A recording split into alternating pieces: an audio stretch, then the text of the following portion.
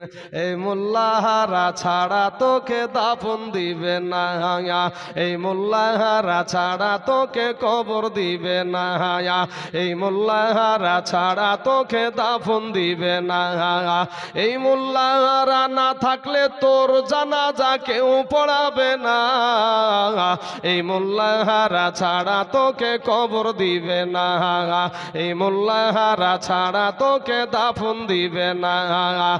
সারা জীবন করলি রে তুই যেই মোল্লারে ঘৃণা, সেই মোল্লারে লাগবে একদিন এটা তো ভাবলি না। সারা জীবন করলি রে তুই যেই মোল্লারে ঘৃণা, আর সেই মোল্লারে লাগবে একদিন সেটা তো ভাবলি না। এই মোল্লারা না থাকিলে তোর মার বিয়া হইতো না, এই মোল্লাহারা ছাড়া তোকে কবর দিবে না, এই মোল্লাহারা ছাড়া তোকে দাফন দিবে না, এই মোল্লাহারা ছাড়া তোর জানাজা কেউ পড়াবে না, এই মোল্লাহারা ছাড়া তোকে কবর দিবে না।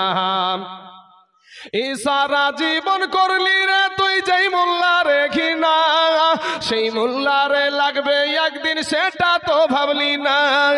এই মোল্লারা না থাকিলে তোর বাপের বিয়া হইতো না, এই মোল্লাহারা ছাড়া তোকে কবর দিবে না, এই মোল্লাহারা ছাড়া তোকে দাফন করবে না।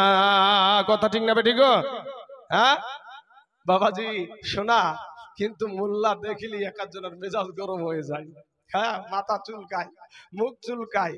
বাবাজি আমার সোনা মানিকের আমার ভাই জানেরা, আমি আপনাকে কটাক্ষ করে কথা বলার আদর্শ আমার ভিতরে নাই। আমার গালি দেওয়া নবীর আদর্শ নয়, গালি দেওয়া নবীর আদর্শ নয়। তবে যে কথা বলবো আপনি আমার মুসলমান ভাই হিসাবে আবদারে কথা বলবো, মুসলমান হিসাবে আবদারে কথা বলবো। কি দরকার আমি অত দূর থেকে এসে আপনার সাথে আমার ঝামেলা করার? আপনাকে জবান দিয়েছি, এসে পৌঁছে গেছি। আপনি আমাকে জবান দিয়েছেন, এসে পৌঁছে গেছি। আপনারা জবান দিয়েছেন যে আমরা প্রোগ্রাম এই দিনে করব, আপনারা করেছেন, আলহামদুলিল্লাহ, তাই না?